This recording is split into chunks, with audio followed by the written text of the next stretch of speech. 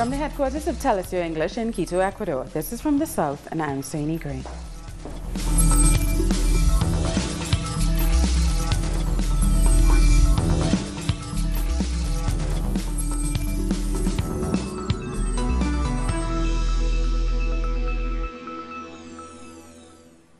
A court in the Brazilian city of Porto Alegre has denied the appeal submitted by former President Lula da Silva's defense team. This means the judge could order Lula to go to prison to serve his 12-year and a month sentence for alleged corruption. However, Lula cannot be detained until April 4th, when the Supreme Federal Court will decide on his request for a writ of habeas corpus. Earlier on Monday, a group of right-wing activists once again attacked the vehicles carrying the former president and his supporters with stones and eggs. Lula's campaign caravan is now in the southwest of Brazil, near the triple border with Paraguay and Argentina. Telesur's correspondent, who is traveling with the caravan, says the police photographed the incident but did nothing to intervene. Lula continues to lead in the polls in the run-up to October's presidential election. On the last day of his visit to the state of Santa Catarina, Lula da Silva first visited the city of Nova Erechim, where he was joined by farmers who benefited from agrarian reform. José Jesus was part of over 124,000 families in Santa Catarina who received aid through the Bolsa Familia welfare program. When I was younger, I was beneficiary of the Bolsa Familia Social welfare program, and it helped me a lot. It helped me buy school supplies and food. In a state where over 124,000 families benefited from the Light for All program and over 170,000 homes were built through the My Home, My Life program, Lula da Silva received a hero's welcome. He wants to know our reality so that later he can implement public policies that benefit us like he did during his administration. On the way to São Miguel do Oeste, Lula's caravan was once again attacked and the police, again, failed to intervene. At the meeting point, campesinos told us why the far right hates this movement. I think the people throwing stones come from the right, and they're desperate. They're not being paid. They're just desperate because they don't want to admit how much Lula has helped the poor. This caravan is not for Lula. It's not for his candidacy or his freedom. It's about something bigger. It represents the possibility of taking back our democracy. As night fell, Lula took part in a cultural event.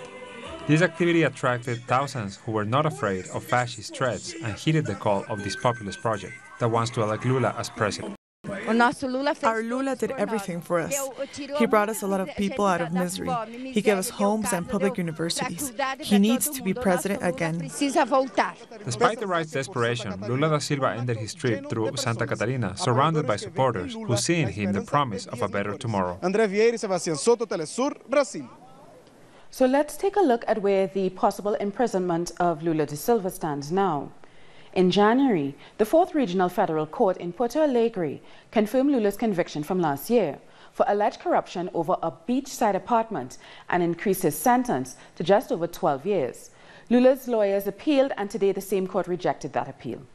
In parallel with this process, Brazil's Supreme Court is considering an application from Lula's legal team for a writ of habeas corpus, which would defend his freedom. The ruling on that was due to happen last Thursday, but was put off until at least the 4th of April. After today's ruling, Lula's lawyers say they're studying other possible appeals. Bolivia has been responding to Chile at the International Court of Justice at The Hague, following Chile's arguments against negotiating sea access last week. The Bolivian legal team had 3 hours to counter Chile's case in the hearing. Bolivian President Evo Morales returned to The Hague to support the Bolivian claim. On Wednesday, it will be Chile's turn to respond, closing the oral arguments. Bolivia lost sea access against Chile in 1904 in a treaty that put an end to the War of the Pacific. Our correspondent in La Paz, Freddy Morales, has more. President Evo Morales remains optimistic about the maritime lawsuit against Chile. announcing that the country needs to move forward and rebuild diplomatic relations with their neighboring nation. This after 40 years of a breakdown in communication following failed negotiations regarding the sea. President Morales also said the national legal team must be strengthened and focus on a post-Hague future when Bolivia has won access to the sea. He believes this outcome is inevitable. Vigils all over Bolivia closely follow the final arguments by Bolivia's legal team at the ICJ. At one point, Chile's legal team accused President Morales of using the legal proceedings as a means to secure his re-election. They described the Bolivian victory as the catalyst of human tragedy in Chile.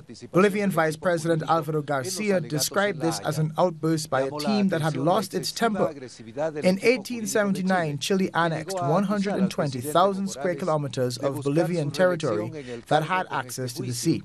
Ever since, Bolivia has demanded a solution to its landlocked situation. And the current hearings at The Hague, Bolivia is asking that Chile fulfill its dozens of past agreements to negotiate a solution. Freddie for that report. In Peru, public prosecutors raided 2 properties belonging to the former Peruvian president, Pedro Pablo Kuczynski, over the weekend. Prosecutors said they were looking for documents in the framework of an ongoing investigation against Kuczynski on asset laundering. The raids came just a day after Congress accepted the former president's letter of resignation. Prosecutors have also prevented Kuczynski from leaving the country. Kuczynski is being investigated for allegedly receiving money from the Brazilian construction company Odebrecht while serving for the government of President Alejandro Toledo. We are not putting any obstacles. The prosecutors came and took bank and tax documents. I could have asked for the court order to allow them to do this, but we want to be completely transparent. Pedro Pablo Kuczynski has been clear, and as a family member and former president of Peru, he has to clarify everything that he is investigated for. Venezuela is holding 3 days of mourning for maestro José Antonio Abreu, a visionary musician who died at the age of 78. Venezuelan President Nicolas Maduro, the armed forces and prominent musical figures joined the artist's family and friends at his memorial service. Musician, economist, politician, activist and teacher Maestro José Antonio Abreu was the founder of El Sistema, a world-renowned network of youth orchestras, which has provided free musical education to over 3 million children since 1975. We are deeply moved by the physical departure of Maestro Abreu. We had a beautiful friendship and working relationship. Commander Hugo Chavez had great admiration for Maestro Abreu. I had and continue to have great admiration for him too. The maestro's casket was placed on the hall's stage after being escorted by the presidential guard and musicians along with relatives and close friends. President Maduro presented his family with the national flag and a replica of the sword of the liberator, Simón Bolívar. Maestro Abreu's expansive career in music was balanced by his dedication as a social activist. Abreu had in mind a mission to democratize music for all social sectors, ages and skill levels. Abreu created the El Sistema Youth Orchestra 40 years ago in a garage with just 9 musicians as a social project because it aspires to apply music to the development of man, and as a national project because it aspires to get the whole country to participate in it. Unfortunately, he was a great one to us, a father of the musicians of the system, and this tribute falls short of everything he gave us, for everything he offered us. The music is something special, and the achievement that the children, the Venezuelan people here, will capture is the essence, and I am very grateful for everything he gave us. Venezuela, and indeed the world, has lost one of its greatest musicians. Ultimately, his lasting legacy will be that he proved that music can be one of the most powerful weapons in the fight against inequality. We'll take a short break now, but join us again after this look at what our multimedia colleagues are reporting.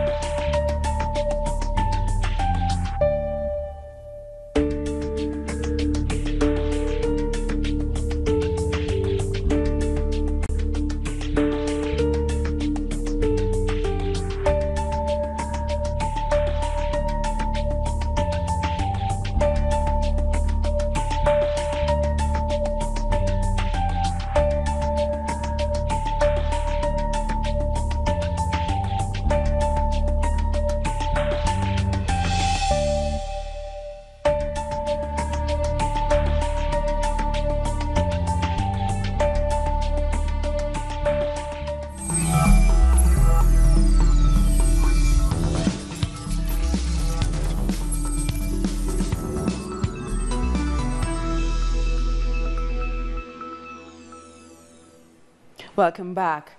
The body of one of 4 students who disappeared in the Mexican state of Jalisco last week has been found. His body was found hanging from a tree in a difficult-to-access area.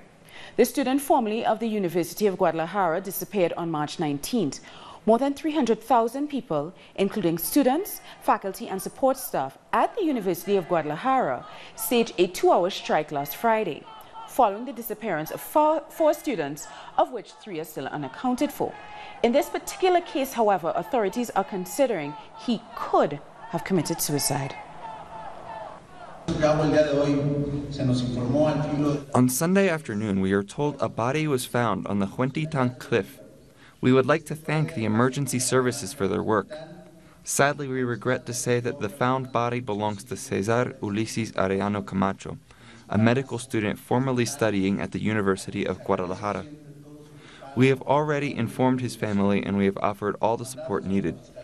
As we said in the previous press conference, we have reasons to believe he could have committed suicide, but we are going to follow all traces and clues besides the medical reports to solve the case with utmost transparency.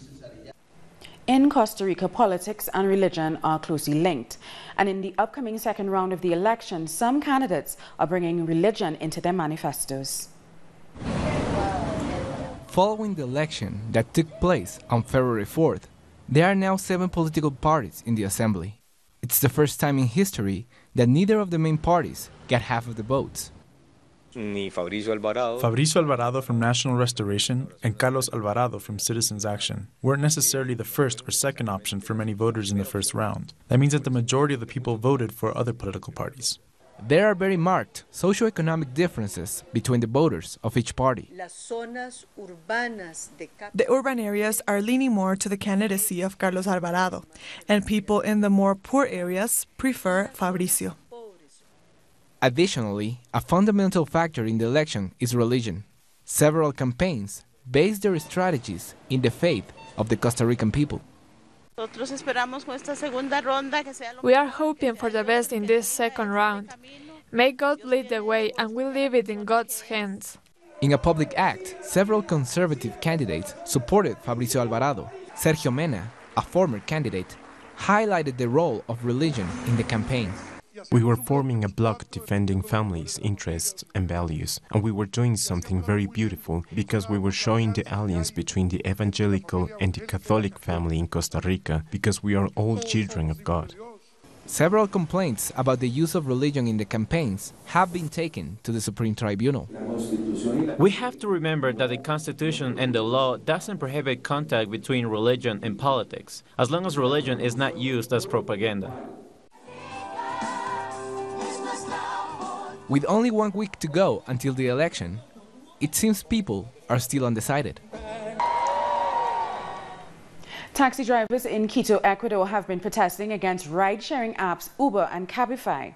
The protesters marched to the Ministry of Transport and Public Works to demand officials stop operating informal taxi services.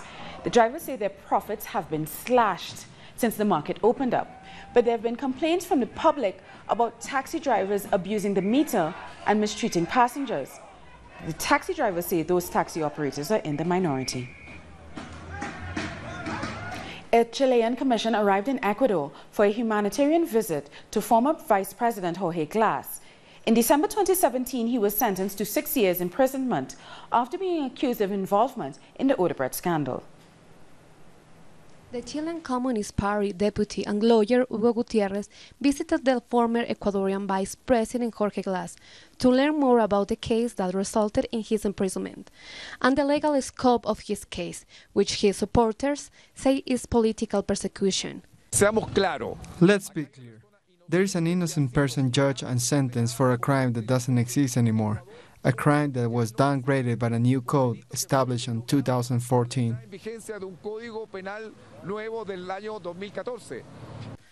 The Chilean lawyer Rubén Jerez also joined the visit.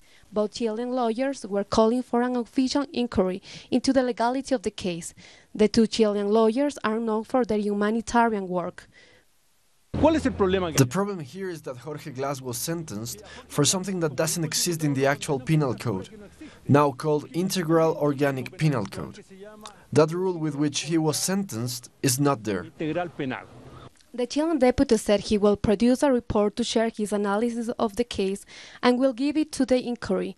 The deputy will leave Ecuador on Wednesday. Denise Herrera, Telesur, Quito, Ecuador. Antigua and Barbuda's members of parliament were officially sworn in Monday after last week's election. Jamal Pringle, who is the only member of the opposition United Progressive Party to have won a seat, will be the leader of the opposition. The other members of the opposition is Trevor Walker of the Barbuda People's Movement.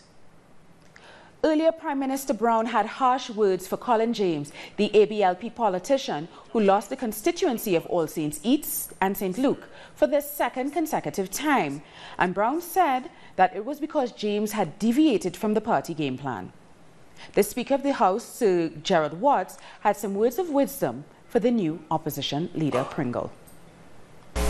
It's going to be a mammoth effort to bring your party back into contention. You may not wish to hear any advice from me, but I'd simply say this to you. The noise around you is going to be deafening. But let me just suggest to you, as one who has been in the political field, have retired, and am now in another aspect of the parliamentary democracy, the loudest voices that you hear are not always or necessarily the wisest. A top-level European Union delegation will visit Antigua and Barbuda this week. After a courtesy call to Prime Minister Brown on Tuesday, they will head to Barbuda. The aim, a first-hand assessment of rebuilding efforts following Hurricane Irma. The European Union donated $5 million to reconstruct resilient homes after the hurricane devastated the island. And Grenada has sworn in its new 14-member cabinet nearly 2 weeks after the March 13th election. The cabinet was sworn in on Sunday in a large ceremony in Grenada's National Stadium. The new National Party won all 15 seats in the parliament, leaving no opposition. Only 2 members of parliament will not be ministers or junior ministers. Prime Minister Dr. Keith Mitchell will be the Minister of National Security, Finance, Planning and Information Technology. Prior to the swearing in here today, I have had the opportunity to speak directly with all members of the incoming cabinet. I have stressed to each and every one of them and to myself the necessity to come to this job and to govern with humility and with respect for all people. The Caribbean Development Bank, the CDB, has announced it will provide $16 million in funding to assist with the restoration of electricity in Dominica. The bank approved a loan of over $15 million along with a $200,000 grant. Almost all of the country's electrical grid was destroyed during Hurricane Maria in September 2017. As of January 2018, less than 20% of electricity has been restored. The CDB is also investing about $1.4 million into Jamaica. The funds will be used to study the development of agricultural projects, including irrigation, production, and marketing systems. Agriculture is key to Jamaica's economy, providing employment for rural residents. There are large swaths of land in St. Catherine and Clarendon that are considered underutilized. The Ibero-American Theatre Festival is underway in Colombia. The event happens every 2 years and lasts for about 17 days. During this time, Bogota becomes the stage for some 200 plays, dances, and cabaret performances from around the world. Salve usted. This depiction of Cain and Abel is one of many plays to be showcased at this year's Ibero-American Theatre Festival. The director of the display believes it's a fitting performance because it reflects today's reality. Eso que ve ahí son mis invernáculos. En hebreo antiguo, Caín significa posesión y Abel significa nada. In Old Hebrew, Cain means possession and Abel means without possessions, the clash between the one who has and the one who has not. This story resonates with audiences today because we live in a system based on commercial power, but many of us believe there are alternatives that must be found. This year's festival will see performances from across 5 continents, but Argentina will take center stage.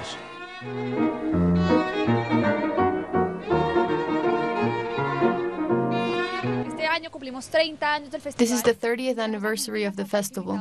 Argentina is our honored guest with 9 plays. They are bringing cabaret, circus, children's theater, comedy, and clowning. We have plays for everyone.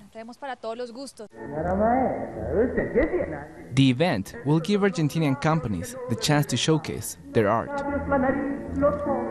Plays like this one will help educate people on the role of theater in Argentina's history. When the military dictatorship started, independent theater was part of the resistance in 1981. Street theater was a response to the regime. This makes Argentinian theater part of the history of resistance. My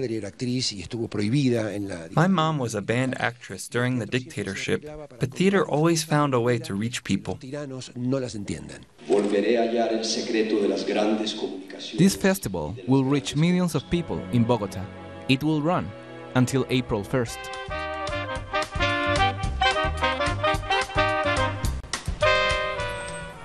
We'll take a short break now, but join us again after another look at what our multimedia colleagues are reporting.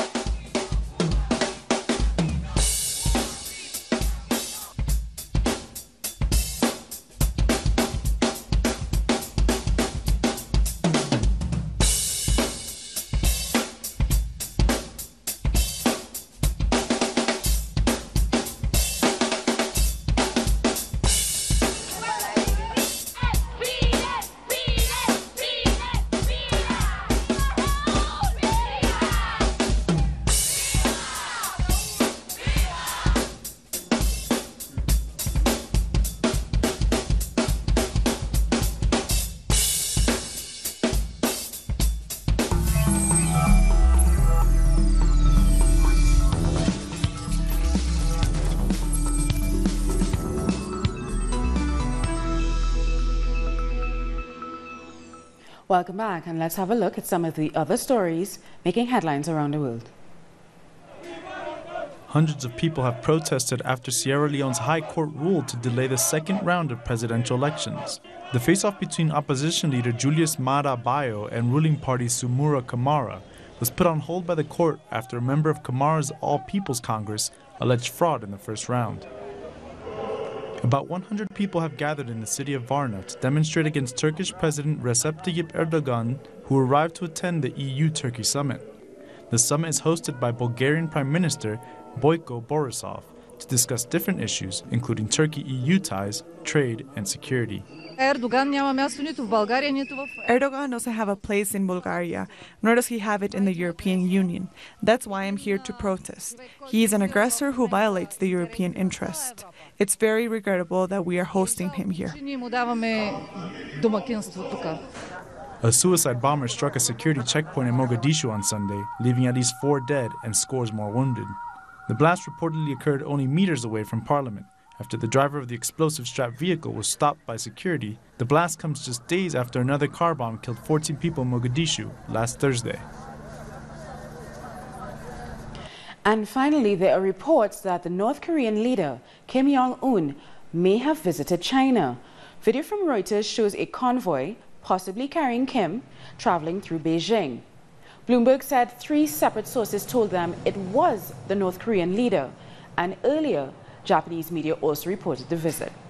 If confirmed, this would be the first visit Kim has made abroad since coming into power in 2011. And it comes as the world waits for the promised meeting between Kim and US President Donald Trump. And that story brings us to the end of this newscast, but for these and many other stories, you can visit our website at telesiotv.net/English. And join us on social media, Facebook, Twitter, and Instagram. For Telesio English, I'm Soini Gray. Thank you so much for watching.